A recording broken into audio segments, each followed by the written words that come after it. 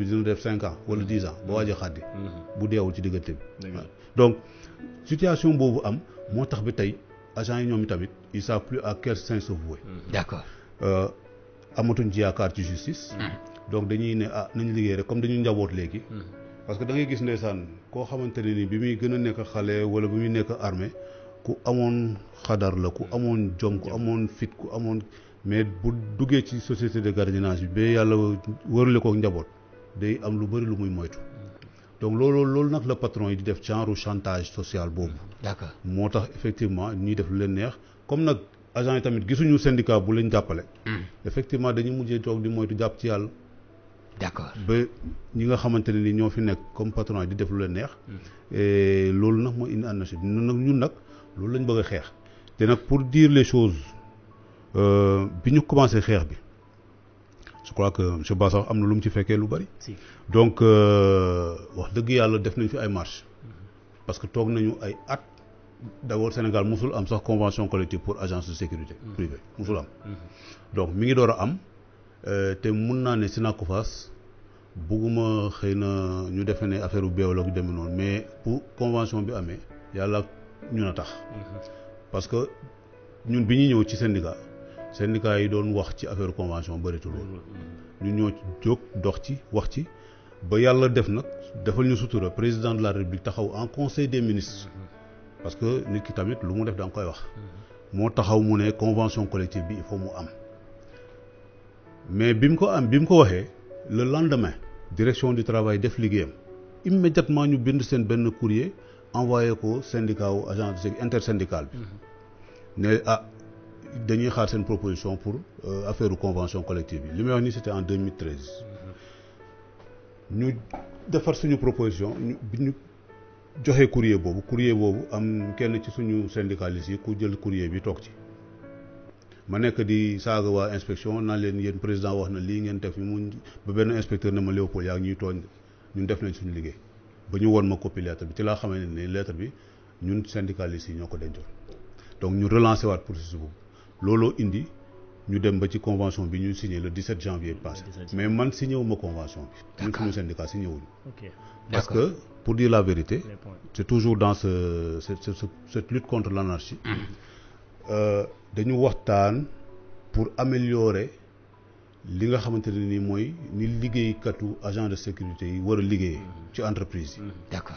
donc ñun convention collective du commerce la ñu boole woon. donc bu ñuy def beneen convention dañuy def lu bees. donc def lu bees dugal ci loo xamante ne ni c'est propre à la sécurité privée par exemple. mais li ñu proposé woon yëpp ñun Synacofas laay wax de pratiquement dañ ko tegee nële muy syndicat yi muy patronat bi dañ ko tegee nële mu meloon ni ñun Synacofas dañ fa nekkoon ñun contre ñëpp on était aussi bien contre les syndicats contre les autres syndicats que contre le patronat pratiquement. donc looloo indi biñ demee ba waxtaan bi di bëgg a jeex direction du travail gis ne ñun Synacofas ak yeneen syndicats yi bokkuñu gis-gis ñoom ñu ne ñu léegi dem leen waxtaan yi comme ça bu ñu mën a juboo ci dara ngeen waxtaan ak patronat bi comme ça waxtaan bi mën a frenkulaayu ñu signé convention collective. D'accord. sama yeneen collègues syndicats yi dem waxtaan ak patronat bi ci ñun lu ñu yóbbul. ñun ñi nga xamante ne sañ naa ne ñun ñoo nekkoon ndey mbilli gi. ñoo ko coaché ñoo ko commencé. dañuy wax ni dëgg rek te yàlla tax. toog nañ fi ñoom 20 ans 30 ans te yegsi wuñu woon fii. du pour tiitaru mais dañuy wax rek dëgg te yàlla tax. donc ñoom ñu dem waxtaan seen waxtaan ak patronat bi ñëw ils nous ont mis devant le fait accompli indi seen i barème de salaire ak yu mel noonu. ñun ci lañ ne ñun lii duñ ko signé. donc moo tax convention bi dinañ ko appliquer. mais ñun suñu tur duñ ko boole ci ñi nga xamante ne pour ñun trahison la parce que ñoom dañ dem waxtaan ak seen patron yi. ba jubóog ñoom. te ñun boolewuñu sax yëguluñu sax waxtaan boobu. moo tax ñun nag loolu mënuñ ko signé. donc loolu yëpp ci anarchie bi la bokk. parce que man mënuma comprendre nga nekk syndicat. travailleurs yi di la cotiser. élection de délégué du personnel sax mënoo ko organiser. c'est vrai donc loolu yëpp c'est des problèmes. d'accord xam naa incha allah loolu lépp dina si ñëw mën a ka Amadou si question divers yi dañuy attaquer aussi deuxième point bi mu nekk fin de l'anarchie de l'impunité de l'indiscipline de l'insalubrité parce que aussi point boobu tamit yitteel na ma lool maanaam fin de l'impunité de l'indiscipline dans l'insalubrité et de l'insalubrité. et de l'insalubrité. waaw boo gisee je crois que sax président de la République wax na ci lu mel noonu. mu nekkoon nag suñu mbébét bu yàgg parce que sànq bi ñuy xam nga loolu yëpp ñun xëy na sécurité privée bi daf ñu ci won lu bari. mais même boo xoolee ci yeneen domaines yi daf ci am ñoo xamante ne ni day am ci Sénégal mu mel ni ñaari Sénégal moo xam nga président dafa ne lutte contre le désencombrement ñu d'accord ci. mais nag gis nga booy commencer surtout fii Sénégal. boo bëggee defar dara nga bëgg di ñu gëm ko da nga ci yemale ñëpp. moi je suis d'accord que ñu def désencombrement marchands ambulants yi ñu am nu ñu leen def. tablier yi ñu am nu ñu leen def ak yooyu. mais dafa am ñoo xam ne kenn laalugu leen. mooy ñi occupé kii nu ñu ci le domaine maritime tabax fa seen kër. jàpp seen ñaam kenn waxu leen dara. ci littoral bi. waaw léegi lu tax ñooñu ñu bàyyi leen léegi ñi nga xamante ne néew ji doole yi nga xamante ni dañuy góorgóorlu fu ñu am rek tëgg jàpp seen ñaam ñu jàpp ci ñooñu. donc affaire boobu dafa mooy impunité bi ñuy wax noonu. donc kumba am ndey ak kumba amul ndey la. donc loolu bu ñu buggee dëkk bi nit ñi. comme ça se passe au Rwanda. nit ñi gëm ne lii volonté politique forte la. am na il faut ñu commencer ñi ci kaw. soi-disant ñi ci kaw ñu joxe exemple ñu ne kon nag comme ñii la ñu laal. massa ñun kon kay nañ jël suñu bagage dem suñu yoon balaa ñu ci fee fekk. ainsi de suite donc beneen impunité bi mooy affaire talibé yi man bon je viens du Cameroun. tey man gisuma fa talibé. Guinée Bissau bi boo fa demee doo fa gis talibé. da nga gis sama benn xarit bu ma ne Guinée Bissau doo fa gis talibé parce que tey seen talibé yëpp a ngi fi. ma ne waaw parce que ñun ñoo ñàkk fayda. fii lañ nekk de. waaw effectivement parce que ñun ñooy nangu affaire talibé. mais affaire talibé yi ñuy def yi yelwaan nii ñi leen di yelwaanloo. du question affaire sëriñ de. gars yi xam nga dañu bëgg a terroriser nit ñi ci affaire diine bëgg ñoo jommal wala bëgg ñoo dugal ci loo xamante ne bokkul ak diine. amul benn diine bu santaane ñu jël ay xale. di leen wërloo Sénégal de minuit à 4 heures du matin enfin maanaam de 7 heures du matin à minuit. te boo leen laajee sax lu alxuraan wax xamuñu ko. mais kooku c'est une traite. traite des enfants la yoon da koy tere. mais ñooñu duñ ci wax. buñ ci war a wax waaw léegi nag lu tax nag léegi kooku buñ ko waxul dara ñu bëgg a jàpp beneen néew ji doole parce que bëgg koo indil problème kooku impunité ma nga noonu encore ati. donc yooyu c'est des injustices yoo xamante ne ni vraiment boo xoolee tamit affaire insalubrité j'ai mon ami Madani ici di ci wax di ci def lu am solo mais malheureusement il n'est pas très écouté de mon point de vue parce que loolu dafa nekk lu mairie yi je crois waroon na jël à bras le corps non seulement mairie yi mais citoyen bi tamit parce que boo xoolee Sénégal man li ma nga xam ne mënuma ko comprendre mooy nan la ñu mën a dëkk. ñun ay doomu aadama ñu ne ay doomu aadama lañu. ñu tabax ay kër. mais defar ay tali mais balaa ngaa sëlmu ba pare ba xippi suuf si ñëw feesal foofu yëpp. parce que volonté sax bale sa buntu sa buntu kër. pour dindi suuf si. bu ko ku nekk defee. mais kooku jarul ñoom madame di sonn. ñu désabler ainsi de suite. donc traitement effectivement des ordures kooku war nañ ci xalaat di recycler bañ a sànni bàyyi kii affaire tour mbalit mbëbës yooyu vraiment dafa ruslu Sénégal. mel ni ay borom xel amu fi. aujourd'hui avec les déchets comme dit Madani. les déchets sont de l'or. mais loolu ñun war nañoo mën a xalaat nan la ñu war a mën a utiliser les déchets là li leen recycler. ainsi de suite pour suñu dëkk bi set. suñu dëkk waayi set. dëkk bi ñu pavé ko. suuf si ñu bàyyi ko fële ci désert bi. mais fi nga xam ne ay doomu aadama fi dëkk. man même village yi dañ leen a war a pavé lotisser ko liggéey ko ba mu normal ñoo xam ne fii ay doomu aadama fi dëkk. ainsi de suite ñun loolu lañ gëm. donc ñu ngi espérer xëy na li président mbëbët temps yi. il va montrer une volonté forte. nit ñi tamit ñu approprier wu ko. gëm ko ñu commencé ko ku ci ne commencé ko sa kër. même bu dul kër bu rafet mais nga commencé la preuve même borom kër yu rafet yi sax. boo demee Almadies tali amu fa. quelque tali rek ngay gis. te ñoom c'est des maisons de 500 voire 1 milliard ñoo fa nekk. loolu dafa ruslu sax man da ngay dem man bu ñu ma waxee man dama naan man Almadies wax dëgg yàlla baax na merci. jërëjëf parce que ñi fa dëkk ñeewuma leen tabax nañ ay kër yu ngand yu rafet ay ñaari nit a fay dëkk wala ñetti nit pour nga yegg foofu c'est la croix et la bannière yàlla na bu mu taw nag assainissement sax amuñu ko mais ça n'a pas de sens donc ça n'a pas de sens donc yooyu la ñu war a xoolaat suñu bopp bu baax pour véritablement bu ñu bëggee dëkk bi mu tegu ci yoon ñu commencé parce que yàlla dafa bind àddina ci 1 plus 1 égale 2 ñun nag bu ñu bëggee def 1 plus 1 égale 10 day indi problème donc il faut que affaire bi ñu teg ko ci logique dëkkuwaay dafa am nu ñu koy teg dañ man je peux pas comprendre qu'on puisse mettre en place par exemple une coopérative d'habitat jékki-jékki tracé ay terrain jékki-jékki samp ay tabax kër amul assainissement ça n'a pas de sens donc ça n'a pas de sens parce que dañu bëgg lu yomb donc yooyu yëpp c'est des choses sur lesquelles il faut réfléchir et pourtant les textes existent mais pour appliquer ko nag mooy problème du problème sax dañ ko bëggul appliquer ça c'est vrai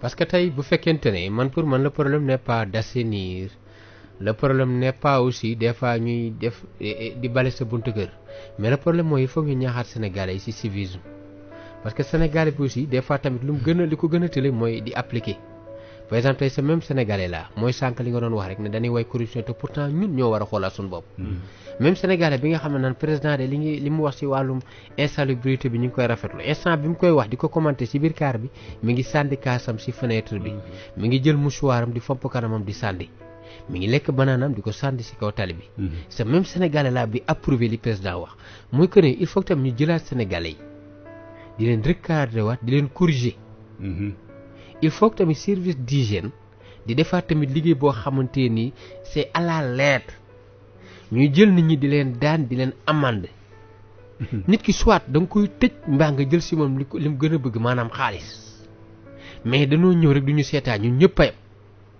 par exemple tey amuñu daan damay ñëw def lu ma neex amul kenn ku may daan nit ña meroon ni ma waaye da nga salte waay te ki la naan da nga salte moom instant boobu buy tourné di sànni mbalitam ci fi muy wax ak yow mooy que dañoo war dañu corriger la correction di jël suñu xaalis des fois ñu ñuy téye di ñu amende mais malheureusement service bi nga xam ne moom lañ dénk loolu c'est est-ce que mi ngi exister.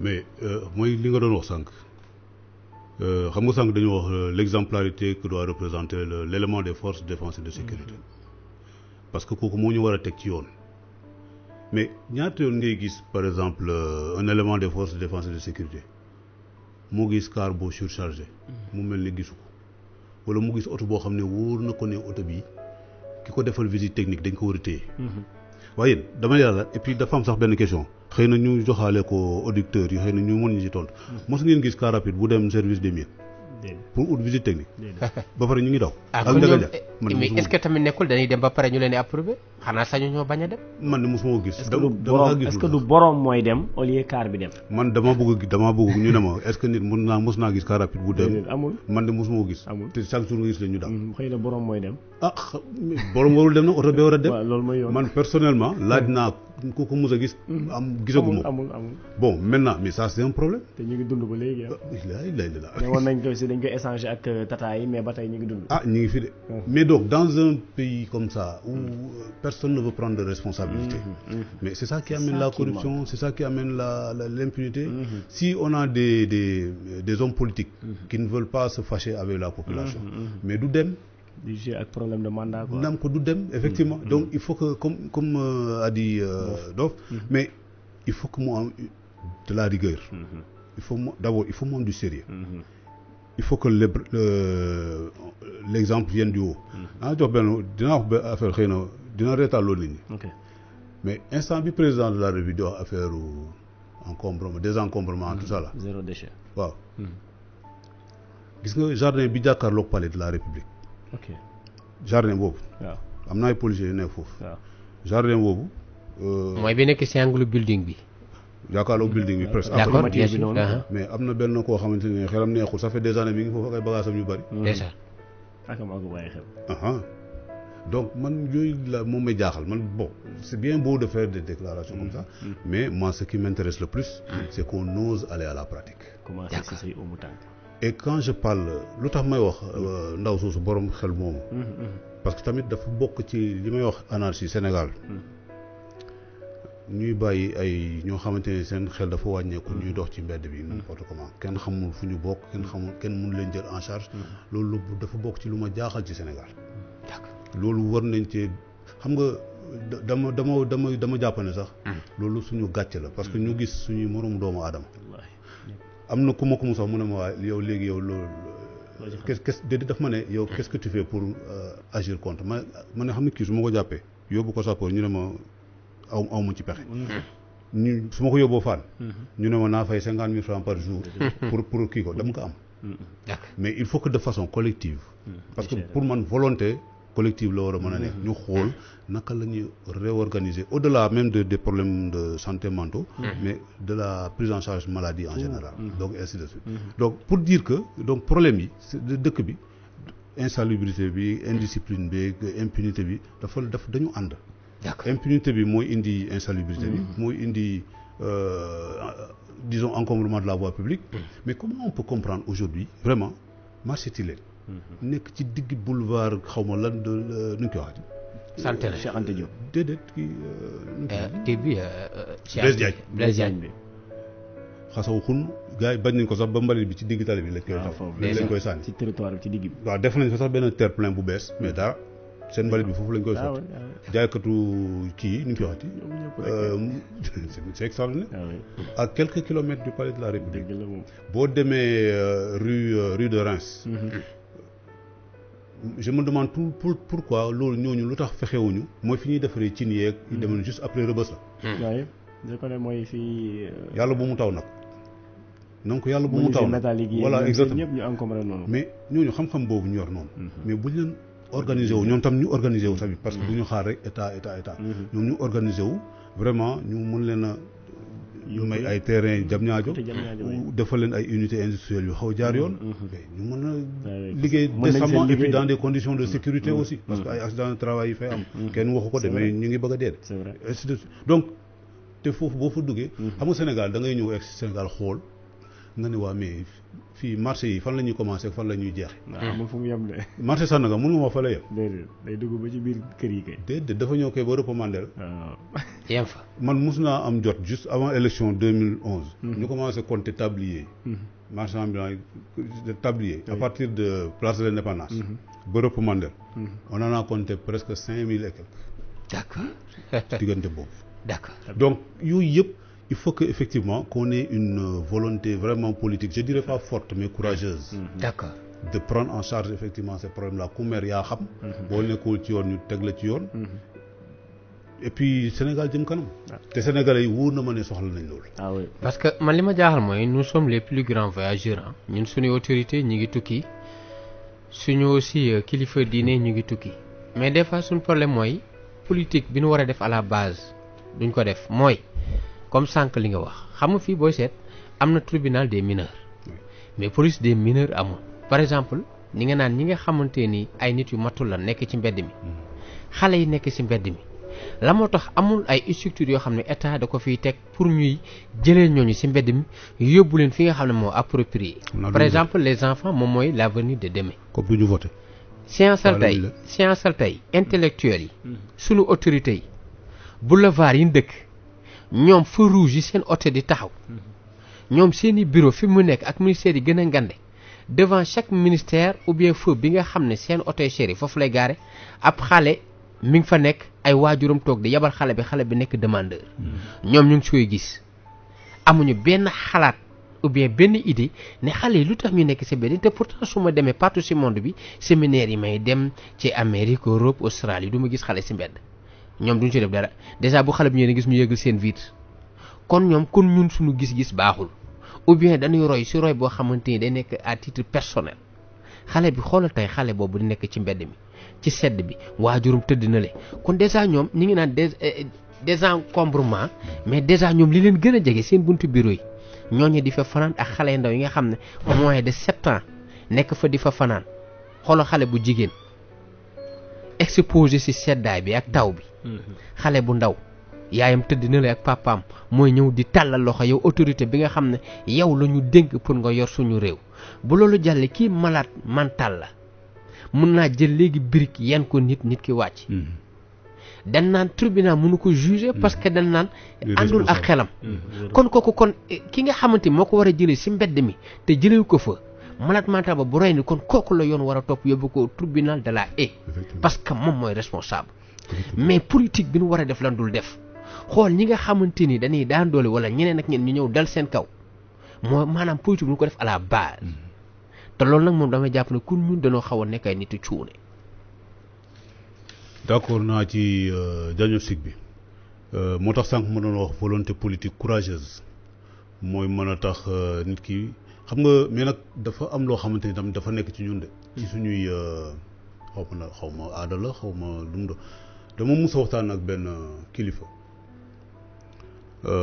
doomam dafa nekkoon ci benn enfin dañu bokkoon benn unité à l'étranger. ñuy waxtaan bi ma ñibbisee ñuy waxtaan ci affaire ay sarax mu ne ma da ngay saraxe ma ne ko déedéet du ma saraxe mu ne ma lu tax ma ne ko gëwuma loolu.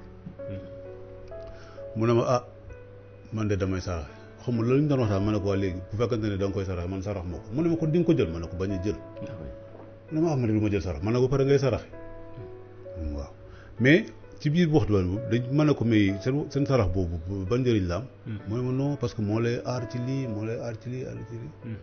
parce que dañoo waxtaan affaire taalibe yi nii. ba ma ne ko man pour man yi dafa war a deñ. mu ne ma mais ñooñu boo leen fi jëlee kon kan la ñuy sarax ma ne kon ngeen sarax ma ko man ainsi de suite yàlla def doomam am accident bu métti bu ko daal ba mu jógee fa paralysé. mais une fois bi ma ko gisaatee dama ko laaj ma ne ko mais yow sarax bi nga doon sarax moom xanaa kon yàlla nangu ko. fonkul loolu demee noonu li nga doon bañ. xanaa xalaatoo ko quoi ma ne donc dafa am loo xam ne xëy na ci suñuy gëm-gëm la. moo tax peut-être loolu parce que déjà xam nga nit ñi déjà bu ay élection ak yooyu amee. bon gars yi delluwaat ci seen i. façon yooyu daal ci li ñuy wax ci li ñuy wax. bu fekkante ne am na donc. xëy na loolu tamit bokk na ci li nga xamante ne nii day tax peut-être nos autorités bon xëy na lu ñu roy extérieur li fa gën a baax roy ñu ko wala li ñu roy rek mooy lu leen jëmale kanam ñoom ci seen bopp xam nga kenn sànq dama waxtaan ak benn borom xel benn taximan mu ne dafa am benn sëriñ bu ko ne ñun Sénégal presque comme ay mala la ñuy dunde waa ji ne ko waaye déet waaye sëñ bi bu loolu mu ne ko si mu ne parce que dëkk boo xamante ni ku nekk boppam rek la tar mos ngaa gis nag buy lekk seddu moromam ne ko ñun nag noonu la ñuy def ku nekk rek da ngay loo mën a warax rek nga ak lu mu mënta doon ak noo ko amee baax na li ñi si des na say yoon newu ci ainsi de suite effectivement dëkk boo xam ne ku nekk yow da ngay ràcc rek mu dellu sa côté effectivement mooy indi anarchie bi indi impunité bi indi des encombrements parce que tout le monde se débrouille exactement et maintenant s'il n'y a pas quelqu'un qui est assez courageux pour mettre de l'ordre pour dire siffler la fin de la récréation effectivement dëkk boobu bon dañuy wax développement dañuy wax kii rek ñu koy wax voie de développement émergence mais du am d'accord te boo gisee nag fi mu gën a méttee bon au-delà des cas sociaux dont on a parlé mais c'est dans le monde du travail ci liggéey ça c'est vrai gis nga anarchie bi may wax ci sécurité privée ponk la fa rek mais dans le cadre du monde du travail mais comment vous pouvez comprendre bon c'est vrai que nous sommes en train de faire la politique mais moo tax suñu politique xaw a doy waar ANSD moo ko wax de moo ne il y a 400 et quelques mille entreprises au Sénégal 97% yi sont dans l'informel man noo mën a dugalee ci sama bopp bi ne yow dañu bëgg a yóbbu suñu dëkk émergence avec 97% des entreprises qui sont dans l'informel même pas le cas 97%. moo tax ma ne même pas le cas. car bi kay car bu doon ko amoon. ça c'est vrai. kii kon dem nañu. dawaguñ sax d'accord léegi boo ci dollee loolu. vous prenez une usine qui existe par exemple peut-être pour ne pas faire de publicité. depuis 1929. ba tey 1929 ba léegi ça fait quoi presque 90 ans. mais day jël ay journaliers.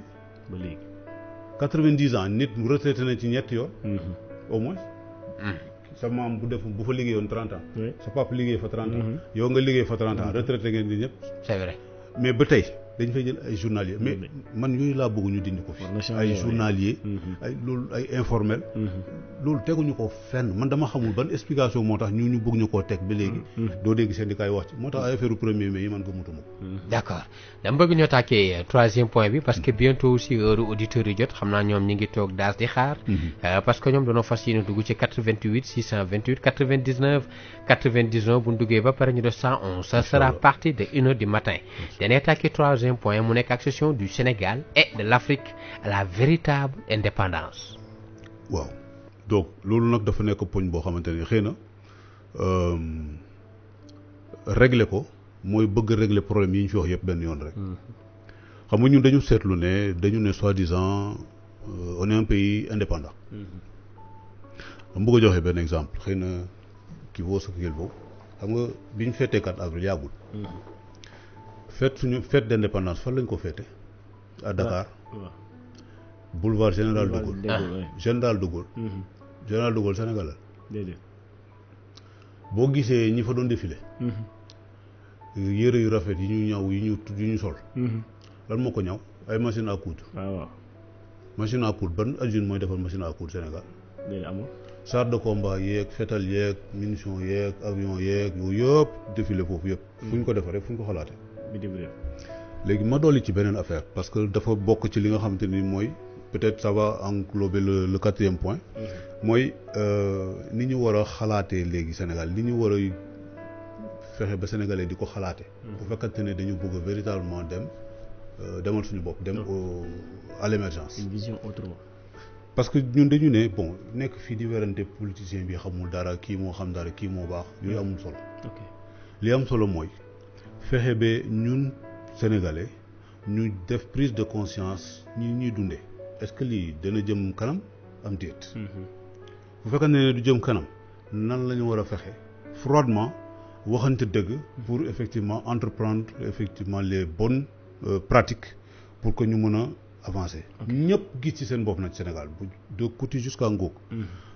sama benn xarit sax dafa may reetaaloo mu ne ma bi ma gisee sa programme sa vision pour le Sénégal sax dafa am affaire bu ma ci reetaaloo ma ne ko lan la mu ne ma même cimetière yi sax da nga ciy wax ma ne ko du ma ci wax du yéen ñëpp fa ngeen di mujjee.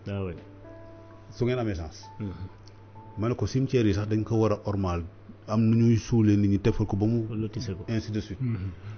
mu ne ma lii damaa ngi koy doog a dégg ci politicien ma ne ko moo tax nag ñu bëgg a changer affaire yi am neneen nu ñuy gisee àddina. donc parce que bakken lu fort la. donc même bu fi jógee war na am effectivement ak ku mu mënta doon. donc nuñ ko war a ormalee ki demee noonu. donc le but c'est quoi c'est de faire réfléchir aux Sénégalais ci li ñuy dundee est-ce que ñun li ñuy dundee te ma ci d'accord ak sama xarit bi ma wax naan ñun presque comme ay mala la ñu bëgg a dundee xam nga mala boo ko yar bu nga yor sa xar wala sa nag nga di ko xont nga takk ko ci benn pied. ne bu mu fa bouger di ko indil ndox di ko indil ngooñ bu motee nga rendi lekk wala nga jaay.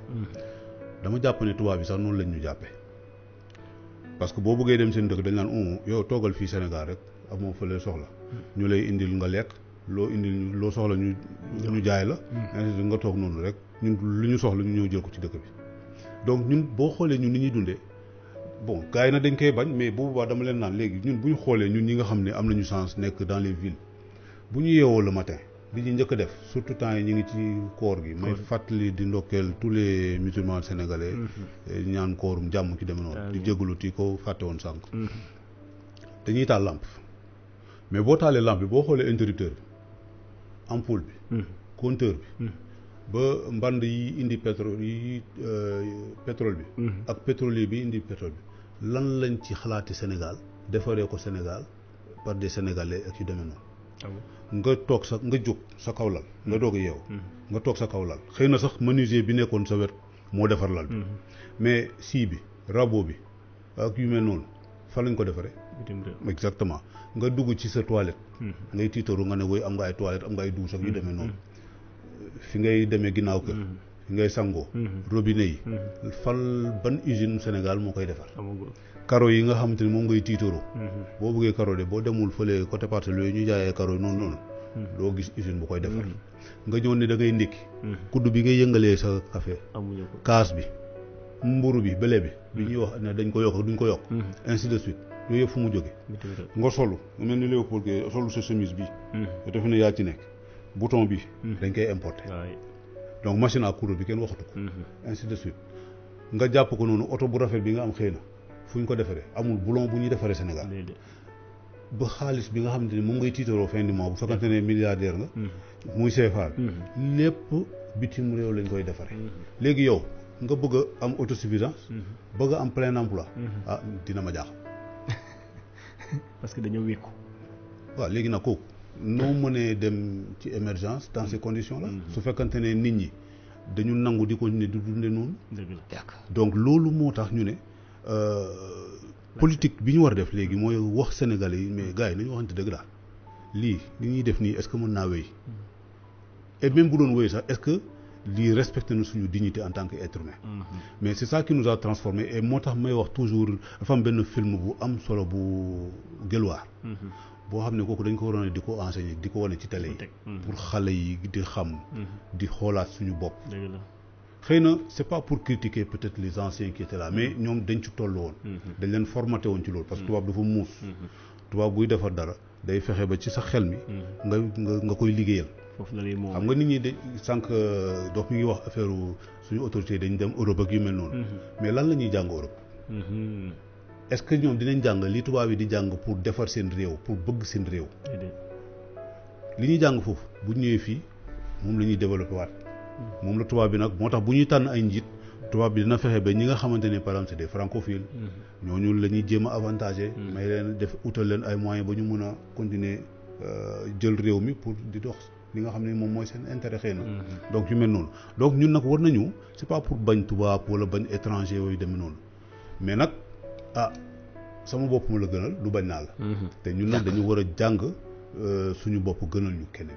d'accord donc ci loolu la ñuy wax ne affaire assistanat boobu mentalité assistanat boobu la ñu war a fexe di ko xeex nit ñi gëm seen bopp xam ne ay doomu aadama lañu te doomu aadama dafa am moyen boo xamante ne bu am solo bu ko yàlla may moo ëpp moyen bépp bu mën a am mooy xelal ça c'est vrai donc loolu ñun dañ ko war a gëmloo ko suñuy doom yi gëmloo ko suñuy jeunes yi pour que suba am na ñu koy commencé nag mais nag dañ leen ci war a gën a jàppale que leen a fësal pour que ñëpp xam ne man kat comme yàlla jox na ma xel kon man war na parce que doomu aadama bu nekk tu es unique te am na loo xamante ne war nga ko apporter ci àddina bi ak koo mënta doon du question jàng du question ñu ñàkk jàng loolu man dafa bokkul ci loo xamante ne ni ñun suñu situation suñuy organisation yooyu lañ gëm yooyu la ñu bëgg di doxale d'accord xam naa ne indépendance boobu nga wax véritable indépendance ci Sénégal ak Afrique man ni ma koy waxee saa su nekk rek xam naa noonu laa koy waxaatee tey mu nekk la répétition il est pédagogique mooy que ne nañ jéem a dagg cordon ombilical bi nga xam ne moo ñu lëkkaleeg ñële maanaam fii tey xale bi day juddu am 3 ans ñu yóbbu ko ci préscolaire yi ñu ngi koy commencé initier ci nasaraan bi IOAE commencé ko jàngal chanson française mu dem sey maanaam école primaire 7 langues de Molière lañ koy jàngal di ko jàngal ijji ay pâté tàpp toto affaire yooyu mu demaat ba secondaire noonu ba université noonu bu demee ba jàng loolu lépp mi ngi jàng cette civilisation ak cette langue de Molière cordon ombilical boobu lañ war a dindi xoolal tey nit ki juddu nga koy jàng la civilisation européenne la civilisation africaine n'existe pas la civilisation sénégalaise n'existe pas grand titre ay ñi lay defloo ay Molière ay ñeneen ak ñeneen doo gis fii mu grand titre Cheikh Amadou Bamba ou bien Seydi Barham Niass ou bien nga gis grand titre Cheikh Anta Diop duñu ko jàngal à l'école cordon ombilical bi nga xam ne moom la ñuy formé pour ñu nekk ci yaakaaru ëllëg loolu lañu war a dindi indil ñu benn loo xamante ni dañuy jàngal Sénégal jàngal ñu Afrique jàngal ñu Kayoor Bawol Sine jàngal ñu Johannesburg jàngal ñu Nigéria Maroc mais tant que loolu dañul tamit aussi xar fi nga ko takk rek foofu lay lekkee bu fekkee dañuy jàngal nasaraan suñ màggee loolu rek la ñuy xam rouler les airs comment faire pour ñi nga xam ne moom la ma jàng mu nekk benn mythe naa fa duggee jàng fa li des samay étude servir foofu ñëw sama réew di leen wan le man léegi tubaab la c'est sal nit ki jàng 30 ans di ndamoo di seet naka lay def ba gën a tubaabe këram à la maison mi ngi seet naka la koy équiper table à manger doomi France lañ làkk mais viens papi viens ou bien va tur yi sax déjà sa da koy changé bu fekkee nit ki daf ko tuddee sax Mouhamed mi ngi seet naka lay def Mouhamed bi ba mu xaw a nuur ak français bu fekkee jigéen la mu xool naka lay def ba tur bi xaw a am benn dégg-dégg française te pourtant ñoo ñooy yaakaar ëllëg ñoo ñoo nekk tey ci décideurs yi mais dañuy nekk di ndamoo yëfu jàmbur ak civilisation ñeneen tant que dindiwuñu set cordon tant que dindiwuñu complexe boobu di wane ne ñun tant que tubaab beew ma rek du ma nit loolu du mës a dañ tey da ngay seet da ngay jàng nekk ci intellectuel ñoom ñi nga xam ne nasaraan bi la ñuy fan nasaraan bi lay incarné ya boo ñëwee def typiquement sénégalais dañ naan xoolal kii il est sauvage des fois sax bu la mën a saag à l'intérieur de naan la kii ne mais kii il est bordel te bu ñu tegee table à manger boo raxasee sa loxo tibb ñu ne mais regardez-moi ça muy que ni il faut ñu dindi complexe boobu idéologie boobu sax na si mag ñi ba pare mais si futur bi leen war a jël formé waat leen jàngal leen fii aada yi jàngal leen fii sunu sëriñ ñi naka lan daan dunde benn Cheikh Anta Diop lan moo nekkoon affaire am Valdiodio Ndiaye naka la def ba indépendance ba ñëw mais malheureusement dañuy nëbb loolu dañuy nëbb suñu bopp duñu wan ñeneen kon donc cordon boobu tant que mu fi nekk indépendance boobu du mës a am. dama ci bëgg a yokk rek bon mais c'est que gis nga affaire nasaraan bi dama ci am tuuti réserve pour man jàng nasaraan taxul nit ki aadam réer ko. ok ci sama gis-gis. sànq xam nga sànq maa ngi wax ne man séeréer sax dégguma ko. mais pourtant am na ñoo xamante ni ñi ngi làkk séeréer di dem village yi tout. mais su ma leen di expliquer li may xalaat nii dañ may xoolaat ñu ne ma kii dafa dof. pour man c'est vrai li ñu war a peut-être améliorer xam nga Senghor dafay wax waxu xam nga Senghor daa muus. mu ne bi ñu koy wax affaire francophonie ak ñun négritude mu ne non français dafa nekk loo xamante ne ni suñu butin de guerre. Bon on a c'est une façon de parler rek mais pour man c'est pas véritablement un handicap si à côté du français dañ ci dugal ci biir éducation par exemple enseignement religieux boole ci suñuy langue locale mais jàngul suñu langue locale warul yem rek ci ni ñu koy bindee wala yu demee noonu dafa dañ ciy boole surtout jàng les valeurs de nos ethnies booy jàng joolaa nga jàng histoire joolaa fu mu jógee joolaa lan moo nekkoon seen valeur seen vertu ainsi de suite lan la vertu yooyu nag nan lañ ko mën a boolee ci république bi ñun ñëpp ñu xamante ñu gën a miinante ñu gën a jàppalante gën a yokka suñu bopp ainsi de suite donc man foofu laa ko gën a gisee waaw fa laa ko gën a jàppee bon parce que boo xoolee les américains ils parlent anglais mais taxul mais pourtant anglais yi ñooy topp seen ginnaaw chaque jour ñu demee noonu les brésiliens ils parlent portugais mais taxul ñu topp ci ginnaaw Portugal au contraire portugais sax ñooy topp seen ginnaaw léegi parce que ñoom dem nañu ba effectivement féete leen kaw donc man pour man c'est au-delà de parce que même loolu sax parfois boo koy mun na xaw sax nekk complexe non non non ñii ñooñu defoon lii léegi dañ leen di bàyyi non du question boobu au contraire xam nga je parle par exemple au budoka yi dinañ comprendre fu may waxee boo yoree sa élève di ko jàngal karaté judo kung fu yu demee noonu waaw bés bi ngay sant yàlla mooy bés bi nga xam ne di nga dem ba yow nga xam ne sa élève bi moo la mën léegi ñun nag war nañu fexe ba muy dëkk yi nga xam ne ñooñu nootoon wala ñooñu yilifoon ñu exactement te war naa mën a nekk donc te war naa mën a nekk parce que on a toutes les compétences xoolal tey bi may dem Cameroun ak bi may ñëw yëpp pilote yi doon dawal avion Côte d'Ivoire c'est des Sénégalais ça m'a frappé affaire boobu tey on a toutes les compétences maintenant comment on fait pour que xëy na ñun rëcc nañu mais génération yi ñëw ñu am beneen mentalité de développement bu ñu am complexe devant qui que ce soit ñu gëm seen bopp gëm seeni aada xam nga sànq mi ngi wax lu am solo gis nga affaire daara yi man bu ñu ma laajoon dama ko contre ay daara nii dama ko contre pour man religion école lañ ko war a jàngal les sëriñ daara yi ñuy wax ni jàng ji ay Égypte ak yooyu kenn du leen faale mais c'est l'occasion de pouvoir effectivement les mettre dans les fonctions publiques pour moi la religion doit être enseignée à partir du CI du jardin d'enfant jusqu'au doctorat vraiment religion institution civique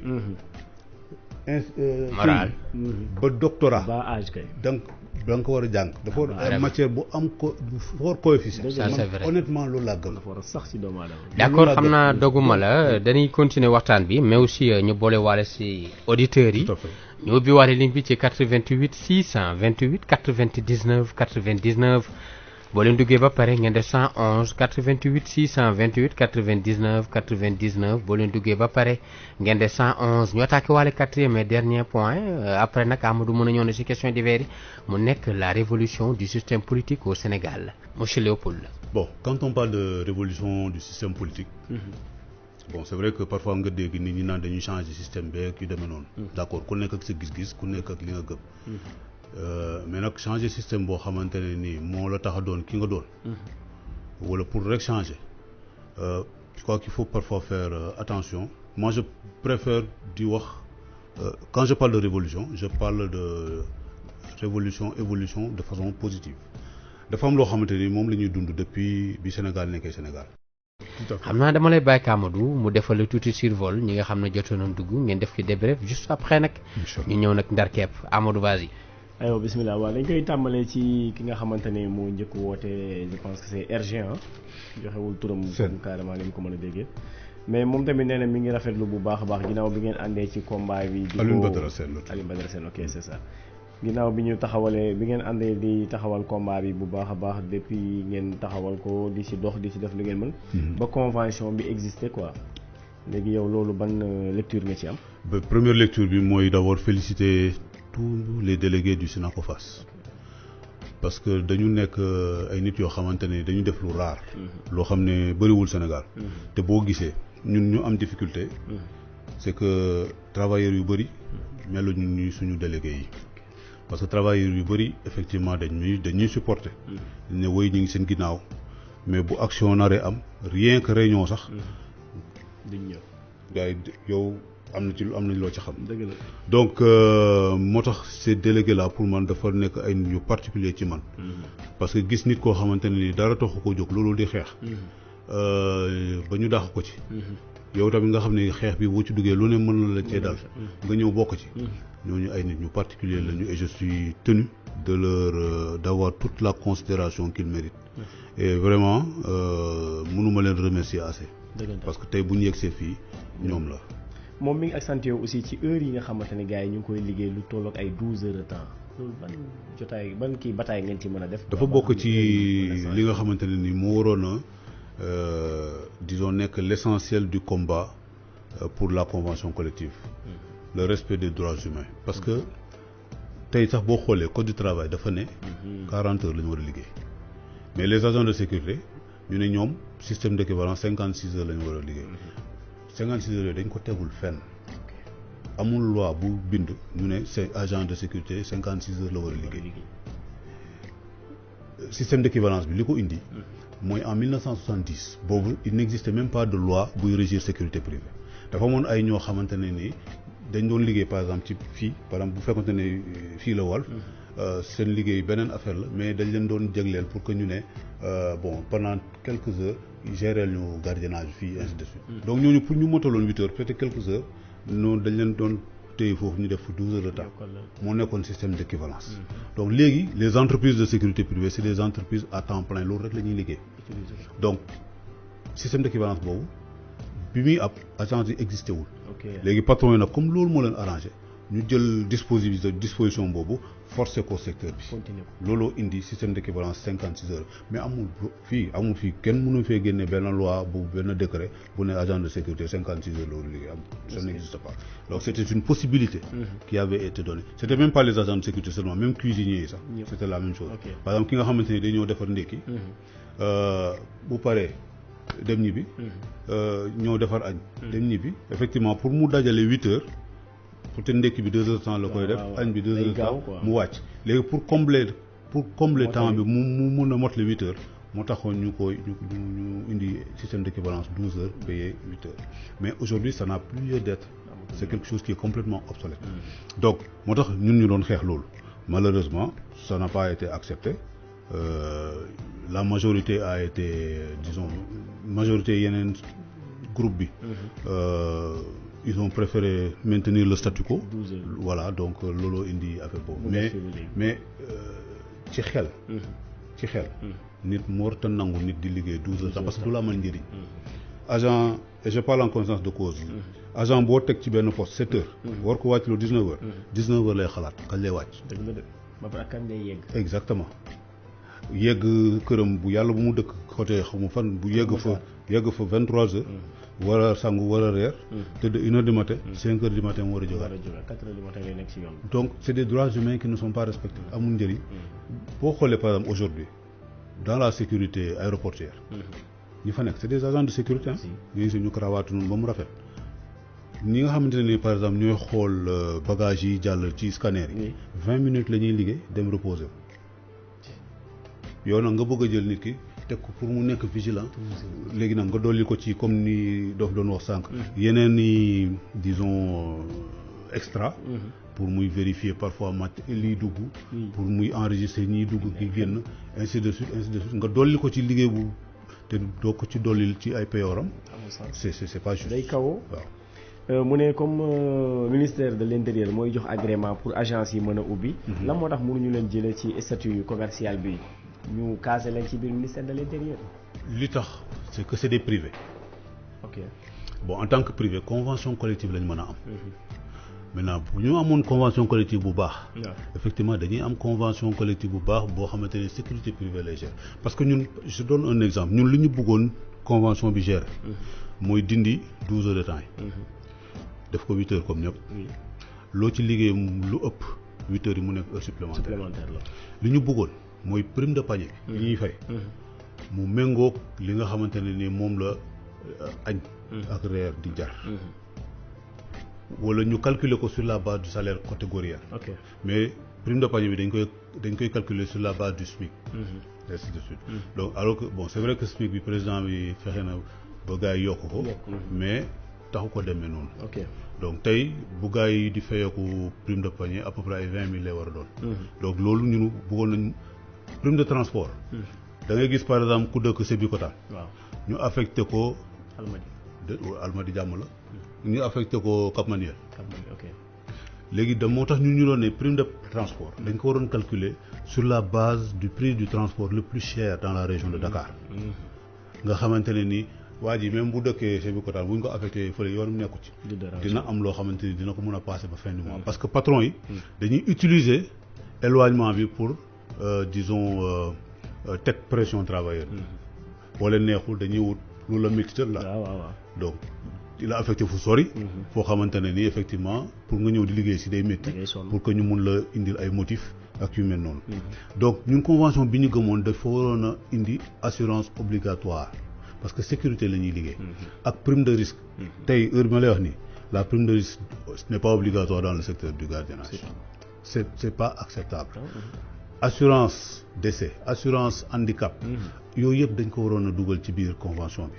pour que agent bu pour dugg ci sécurité nga am assurance boobu nga xam ne même bu ko yàlla na ko yàlla yéexal. bu yàlla defoon nga wàññeeku. sa mbokk yi sa soxna ak say doom ñu mën a continuer dund bu décent. ainsi de suite. donc dañu bëggoon sax agent de sécurité.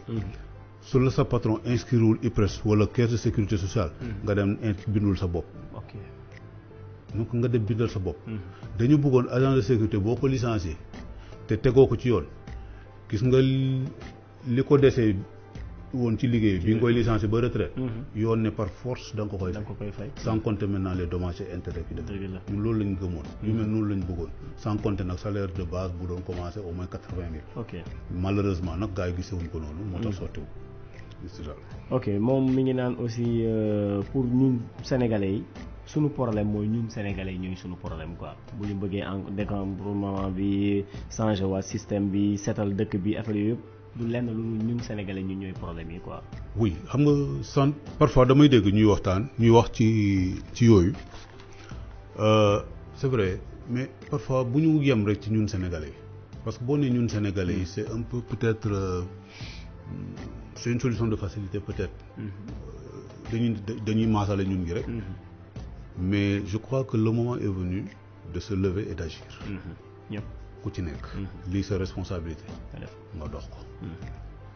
muy politicien bi muy syndicaliste bi. muy simple travailleur bi. voilà ainsi de suite. kii xamul. ñu fexe ba mu xam. kii man à mon niveau. ma koy dox. keneen di ko dox. ku ci nekk ci loo mën. effectivement ba ku nekk mën a am conscience ci li nga xam ne moom war na ko def. mu def ko parce que c'est son devoir de citoyen. waaw sinon su ko deful effectivement c'est le désordre. c'est l'anarchie kenn wala tey par exemple circulation Sénégal pour nga dawal normal il faut que heure yi. il faut que heure yi parce que tali yi doyul. xol yi xat. tali yi xat. bon oto yi yokk donc sans cet effort collectif là effectivement donc suñu dëkk bi day embouteillé. dëgg la xel yi si boppam ñooy embouteillé. c'est vrai. Macky Diédhiou mu ngi ñuy wooye depuis Kër Massar moom tamit nee na mi ngi lay rafetlu bu baax a baax parce que ñu ngi naan bu ñu amoon 10 Léopold rek Sénégal dina mën a gën a jëm kanam quoi. waaw mu ne ñu mel léegi nag mu ne bataille yi ngeen xam ne yéen a ngi koy def nii ñu ngi leen ciy gërëm du saabu mais dafa il faut que état mën leen cee accompagner pour ngeen mën a jàllale affaire ba mu mën a jaar yoon quoi surtout nag ci allocation locale yi. allocation familiale yi. parce que boo gisee affaire problème mu allocation mooy li may wax sànq. c'est que parfois les entreprises là. bon dafa mel ni xaw ma dañuy liggéey ci allocation familiale yi xaw ma mais pour ñu récupérer ko. fay ko agent yi. il faut ñu indi ci ay jiixi jaaxa yoo xam ne doo comprendre. ok bon man je sais que entreprise bu mu nekk. dafa am xam nga rek foo gisee dafa am ñoo xamante ne dañuy féetoo patron bi.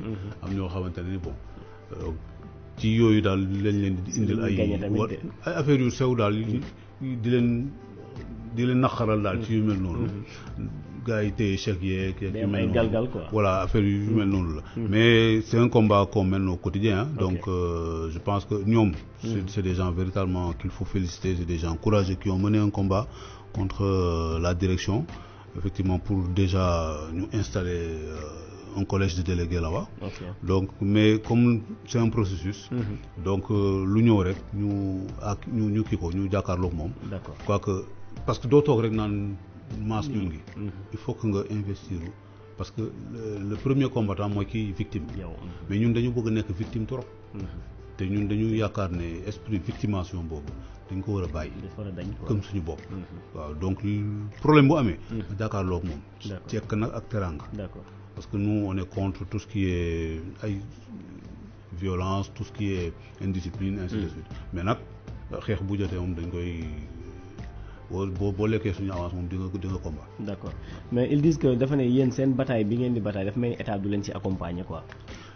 Bon loolu je peux pas le dire actuellement parce que sinon dina nekk loo xamante ni du méngoog luy dëgg. Parce que wax naa fi sànq. lu contradictoire lay doon. wax naa fi sànq engagement personnel du président de la République. Bon dëgg yàlla dañ koy wax.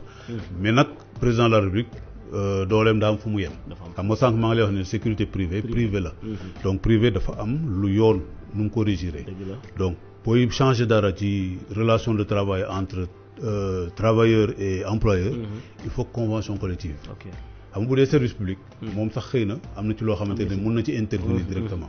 mais dans le privé c'est pas possible. Par contre li mu mën a def te mu def ko.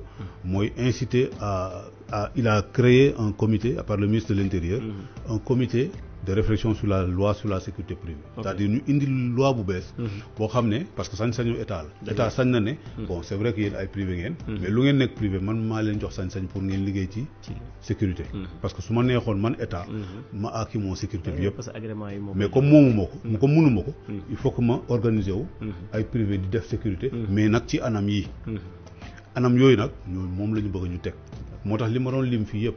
dama bëgg ñu dugal ko ci loi yooyu. nga xam ne après day nekkal force par force xam nga par exemple gendarmerie amul convention collective. police amu ko parce que c'est du service public. mais dañu am statut boo xamante ne nii yoon moo ne gendarme. nii lii mooy prérogative am. lii mooy sañ-sañam.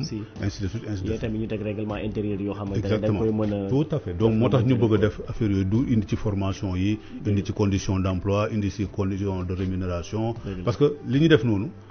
au-delà de yemuñu rek ci intérêt travailleurs yi. parce que ñun li ñu intéressé au moins. mooy assainir secteur bi c'est-à-dire secteur bi ku ne def ci war a gis boppam. employeur bi daf ci gis boppam daf ci war a gis boppam. travailleur bi état gis ci boppam. client bi tam gis ci boppam. te ñun li ñu gisoon. li yombal mbir mi. tey waroon nañu mën a toog patron yi ne ñun lii mooy suñu difficulté. ñu xool prix boo xamante ne ni moom la ñuy imposer Sénégal boo xam ne prix sécurité temps lay commencer léegi.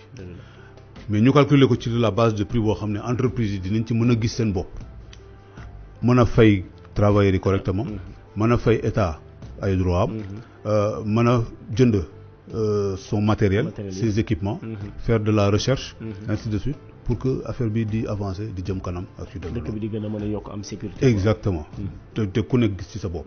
donc ñun loolu foofu d'ailleurs am na patron yoo xamante ne nag ñu ngi koy comprendre. moo tax ñun ñuy jege si. mais ñi gën a mag nag patron yi gën a mag ci Sénégal. ñoom nag ñoo ñu ragal. mais damay wax toujours agent yi da ngeen di sant yàlla parce que boo gisee patron yi gën a mag Sénégal nekk ay multimilliardaires ragalee ñu nii. nañ sant yàlla kon xam ne ñu ngi ci yoon bi.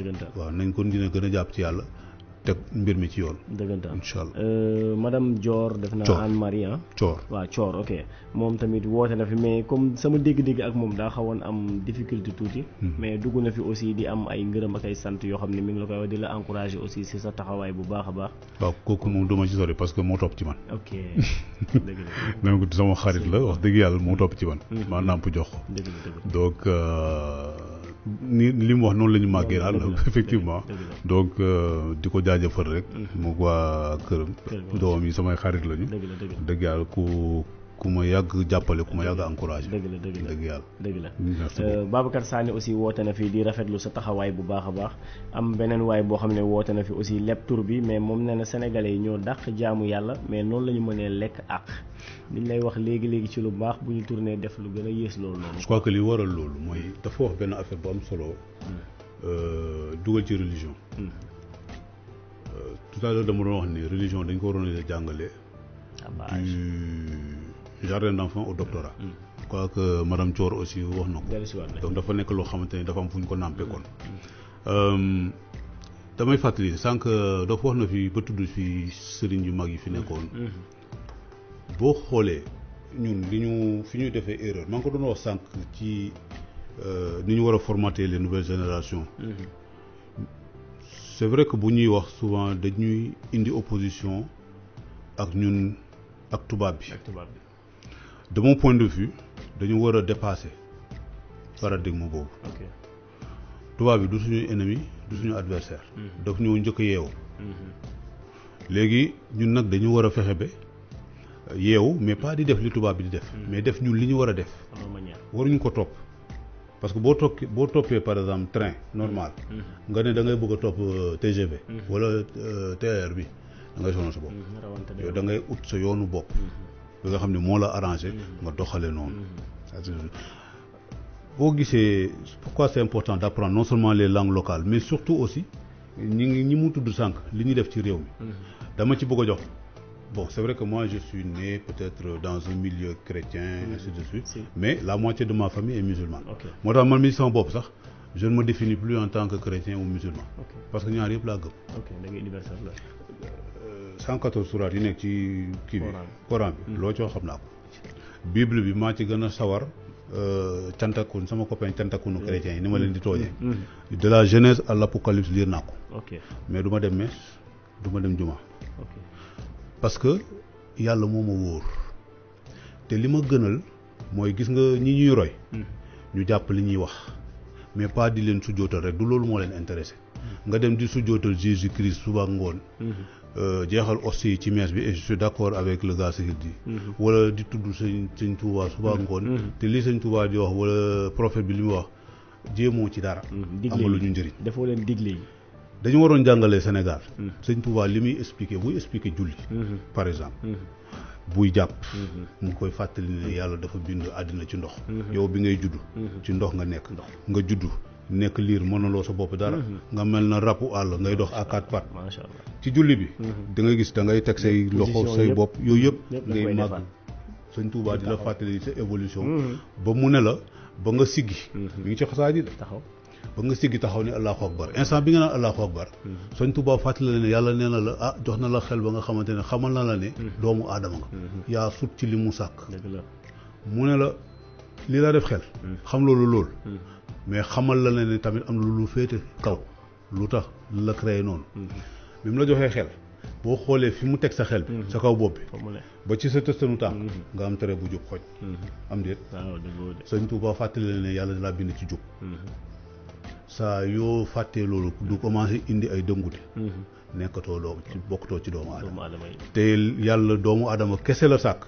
li ko def nit ba ci tëstanu tànkam li ne ci xel ma ba ci tëstanu tànkam yuuram mu jub xoj boo gisee beneen mala bu inde noonu amul ñeey bëri na doole de mosoo gis ñeey bu yar nit am déet moo tax sànq ñu doon wax naan l'esprit est le moyen le plus important que le Très-Haut a fourni à l'être humain boo demee ci chrétiens yi li ñu leen di jàngal ak xëy na li leen juge di sant parfois day xaw a am problème moo tax li waa ji wax da ngay dem ca mees ba boo ca paree continuer di jëw ainsi di naan Léopold mi yéefar la yu demee noonu alors que lii la xëy na yonent Insa sant mooy da nga war a màgg et ça correspond un peu à ce que disait Doc tout à l'heure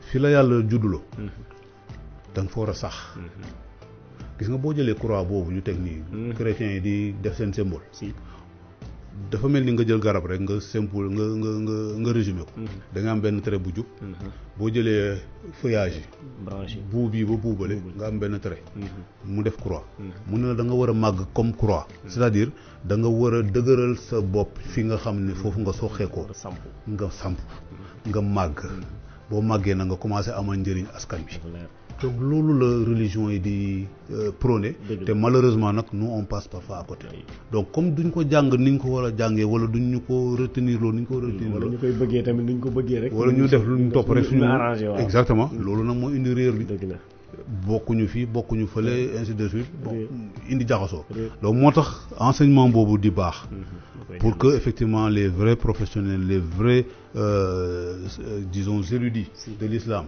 on les met dans les écoles pour que ñu koy jàngale les bons prêtres ainsi de suite on les met dans les écoles mais man di ko def sax ñu koy séparer li personnellement gëwuma loolu du lu ma gënal daal dañu war a jàng dans les mêmes endroits mais ku nekk jàng li nga xamante ne ni moom moo la soxal effectivement mais loolu yëpp ñu war ko mën a boole pour dëkk bi doon benn ku ci nekk li nga am lu baax nga ñëw indi ko pour que dëkk bi jëm kanam donc ñun loolu la noonu lañ ko gisee et dafa bokk tamit ci système politique bi ñu bëgg a indi dafa amoon lii rek mooy question yi nga xamante ni mooy li ñu fi amoon quoi man ma amoon 2 questions yoo xam ne yu ma ko bëggoon tëjee quoi parce que da nga ne société de gardiennage dafay mel ni enrichissement illicite la quoi mooy da ngay xëy gis façon tenue bu nekk ngay gis quoi mu leer na ni gars yi buñ ci amuloon dara duñ ko créer noonu quoi léegi les gens disent que la sécurité coûte très cher mais moi je dis que on n'imagine pas le dégât de l'insécurité peut faire.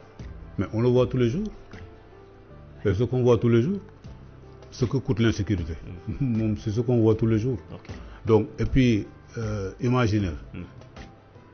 ñi société yi jël sécurité yëpp dañ ko jël rek parce que dañu bëgg agent de sécurité dañ ko soxla donc c'est comme on dit et puis là gis nga xam nga da ngay wax naan c'est enrichissement illicite bien xam nga malheureusement bien mal acquis dañ ko yemale woon ci affaire politique buñ doon def sécurité buñ inspecté woon ñoom ñëpp la ñuy yóbbu prison parce que comme je l'ai dit il n'y a pas aujourd'hui au Sénégal et je pèse bien mes mots ça fait des années que je le dis kenn weddeewu ko amul benn entreprise de sécurité benn Sénégal bu nekk en règle ça n'existe pas amul mais surtout nag nit ñuy jëlee agent yi yow dañ koy jox patron bi joxe la ko ci somme boo xamante ne dafa bari yow nga ñëw fay ko benn miette boo xam ne doo ko teg ci règlement ba pare yóbbu leen ci expression carte bancaire ba léegi ñoom dañoo mujj nekk ay rat de banque xam nga bon affaire banque bi sax affaire banque bi peut-être yoon moo ne woon ne y a des niveaux de salaire yoo xamante ne léegi il faut que ñu yóbbu ko banque yu demee noonu mais néanmoins exactement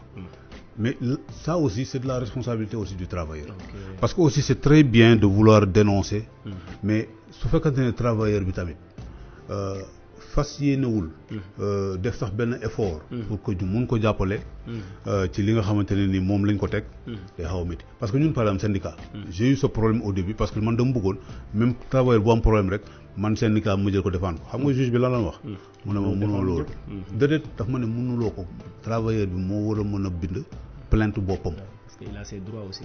parce que yow syndicat nga effectivement mais amoo droit effectivement substituer wu à la place du travailleur pour def ko parce que boobu man dama ko def parce que xam naa ne travailleur bi ñemewul dëgg la effectivement mais donc ça aussi c'est des blocages yoo xamante ne ni mais il faut que nit ñi gëm yàlla gëm xam ne nag gis nga premier mai bi ñu feete dernièrement ay nit ñoo xeex pour que droit yi am léegi nii ñu am ko donc il faut que ñun tam ñu nangu parfois def ay sacrifices ñun dàq nañu tey ñu ngi sant yàlla ba tey kon yàlla jeexul fi amul fi yàlla nekkul daal moo ñu jaaxal mais fi yàlla ne amul problème ok on dit que état amul droit def service gardiennage ñu gis mu taxawal ASP lu waral loolu d'abord l'ASP n'est pas un service de gardiennage l'ASP est une réponse a un manque c'est-à-dire xam nga dafa am sécurité publique am sécurité privée ci diggante bi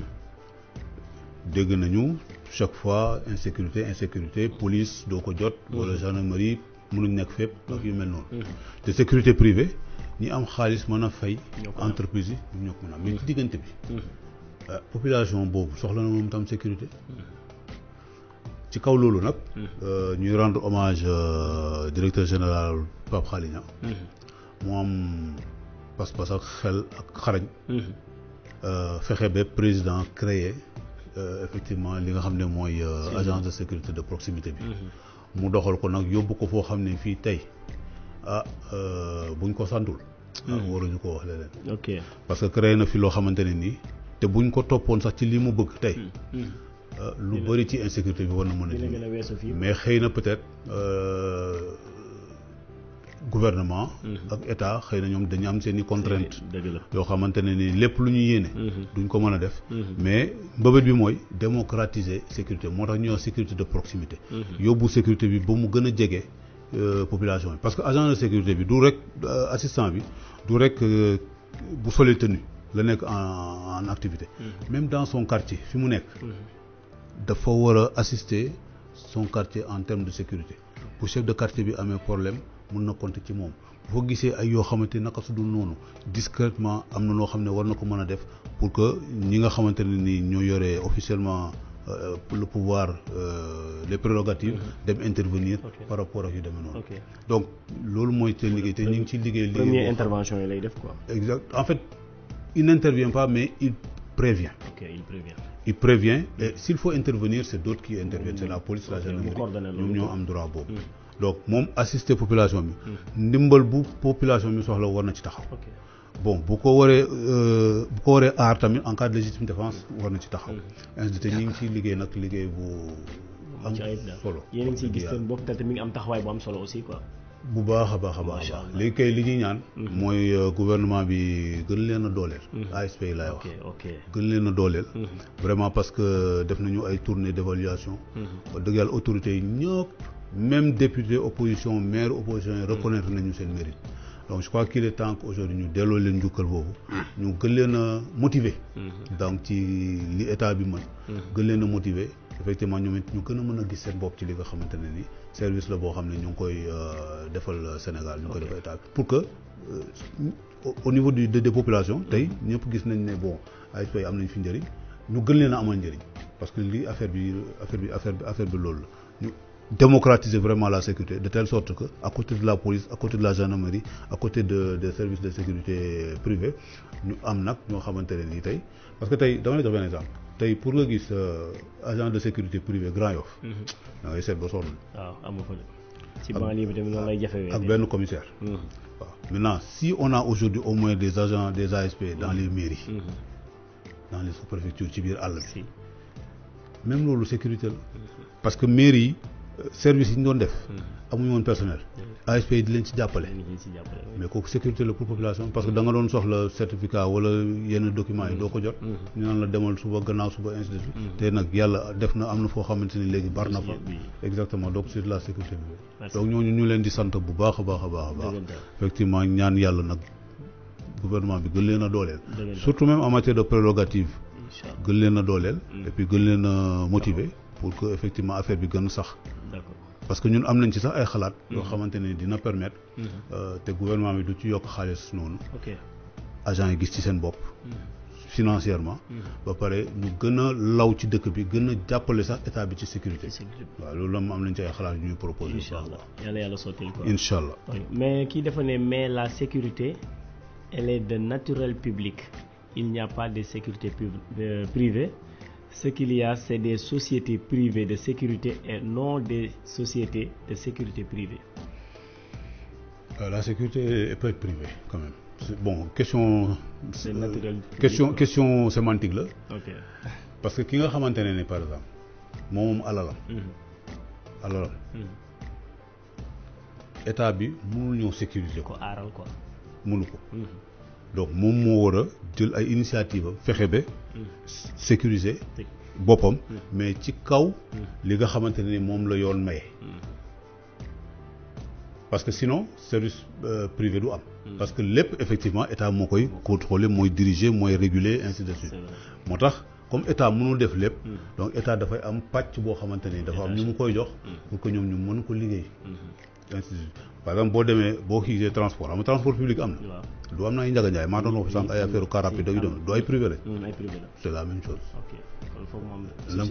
il faut mu am sécurité privée quoi. exactement donc parce que am na ñoo xamante ne ni par exemple dañuy soxla xam nga gendarmerie ak police seen liggéey nekkul garder ay usines. est-ce que da nga mën a jël gendarmerie ak police di leen garder ci biir c'est pas possible. donc il faut que les privés puissent et puis le privé est un vraiment pourvoyeur d'emploi extraordinaire. mais nag il faut mu nekk ay emploi décent ndax yu mel noonu. donc moo tax sànq ñi ngi doon wax ci politique. en termes de révolution du système politique. man bu doon sama sago. par exemple ma déggaloon du diggee ay emploi loolu erreur bi gën a ngand yi politiciens yi di def. mooy di diggee ay emploi kenn mënu ko li nga mën mooy créer des conditions yoo xamante ne emploi dina mën a nekk. par exemple li ma doon wax sànq naan boo yeewoo. li ñuy utiliser yëpp boo gisee Sénégal bitim réew lay jóge mais bu ñu indi ay conditions ba li ñu soxla yëpp ñu koy defaree fii mais di nga am emploi ba jël ay Guinée ak yi ñu indi fii pour ñu liggéey ñun loolu lañ gëm mais nga ne dinaa créer lii indil ay conditions yi créer yi tax sénégalais yi ci seen bopp ñuy xalaatal seen bopp di créer seen bopp di créer ay usines ñeme jël ay travailleurs di ainsi de suite ainsi de suite. am ay taxes mën ci doxee ay soxla. beneen affaire bi mooy xam nga sànq dañ doon wax affaire yu njàng. les enfants sénégalais. il faut les initier à l'entrepreneuriat à partir de la 6e. ñuy jàng entreprise. am na matière yoo xam ne les gars yi dañuy xaar ba dem université di ko jàng. mais lu tax duñ ko jàng école. ay droit ak yu mel noonu entreprise nan lañ koy créer ba jëriñ la am lan ban finalité la war a am ci doxalinu dëkk bi. loolu dañ ko war a teel a jàng mu xale yi mu meññ ci seen mu ñu nàmpe ko. nga xam ne bu ñu demee ba nekk ay mag. dinañ mën a exceller ci li nga xamante ne ni moom lañ leen jàngaloon nag si demee noonu. donc yooyu yëpp bon ñun sax pour ñun yooyu yëpp ci politique yu bees yi nga xam ne nit ñi war nañ ko proposer. ci fànn boobu lañ koy teg quoi ainsi de macha allah ñu ngi lay jaajëfal bu baax a baax di jégaluwaat nag heure bi xaw naa gudd lool. amul mais jégalu macha allah tamit ni nga koy gérer wee rafet na lool. man maa nekk à votre disposition. di la sant di la gërëm bu baax si sa teewaay aussi. macha allah maa leen di sant bu baax a baax. Dof Diop lii rek moo fi amoon comme kii quoi. parce que li ñuy rafetlu mooy bokk na ci invité hors pair. yaa xam ne vraiment li ñuy waxtaan ak moom yëpp di waajal GMT mi ngi nekkoon extérieur. tey mu ñëw wàcc aéroport ñoo defal ñu GMT c'est pas du tout évident. c'est très rare si un Sénégalais ba pare nekk leader di nangu lii quoi parce que suba dinaa la non man maa ngi ci voyage du ma mën a wax ak yéen ou bien bu fekkee voyage dan naa la bon maa ngi doog a ñëw damay reposer li day wane ne vraiment ay vrai agent de sécurité ngeen ay vrai aussi mun naa ko tuddee activiste mun naa ko tuddee sax futur martyr et patriote aussi vraiment dañuy rafetlu disponibilité bi déjà ak li ñu offrir vraiment aussi ñu leen di ñaanal plein succès yàlla ngeen nekk ji ci vraiment autorité ëllëg yi parce que aussi Afrique lii la soxlo Sénégal lii la soxlo ñu am ci patriotes yi am ci leaders yi am ñi nga xamante ni xam nan fi baa bi di blessé xam nan aussi ñi ci suufu suuf lan lay dund ak xam nan lan la soxla ndax ëllëg bis bu nekkee autorité ñu xam naka la ñuy gindee en tout cas merci beaucoup monsieur Léopold Guèye. man maa leen di jaajëfal vraiment parce que quand je vois des jeunes yu am initiative yi et puis surtout am courage parce que xam nga par exemple parfois dans le paysage médiatique xëy na dina am ay gis-gis yoo xamante ni duñ leen fësal trop donc dañuy jàpp toujours les mêmes ñuy wax toujours les mêmes choses ainsi de suite te baax na ñuy diversifier di indi yeneen idée même bu ci nit ñi d'accordul tamit mais xel daal du doy et puis comme on dit concertation comme on dit tubaab ni ñu koy waxee de la concertation jaillit la lumière donc bu xel yi daje nit ñi di wax werante bi ci respecté donc mun nañ ci jàngat mun nañ ci génne loo xamante ne lu amal njëriñ askan bi la parce que loolu am solo pour askan bi jëm kanam Sénégal moom boppam sénégalais yi gëm seen bopp sénégalais yi wóoluwante Dëgg la. bëggante Dëgg la. loolu mooy tax yàlla bu wàccee fi barke pour que ñu mën a jëm kanam mais je vous remercie beaucoup Merci beaucoup. di remercier Walfadjri parce que Walfadjri yàgg na maa jox audience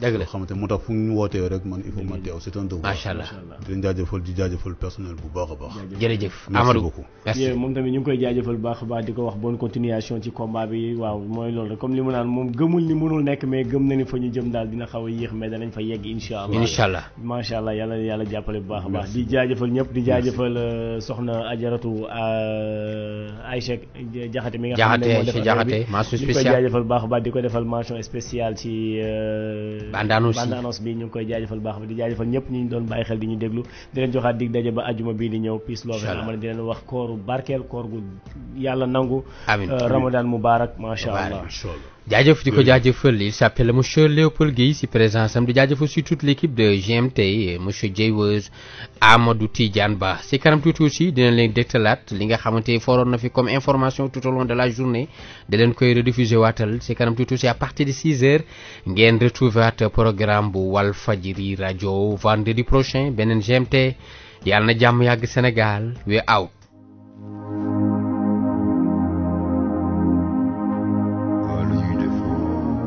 Dof Job et sa team, Dof Job et sa bande, Dof Job et son équipe vous présentent le GMT, Game Movement Time, une émission d'actualité générale, de musique urbaine et classique, de débats et d'échanges d'idées avec le public. Mesdames et messieurs, les émissions se succèdent mais ne se ressemblent pas. Trop fatigué pour réfléchir.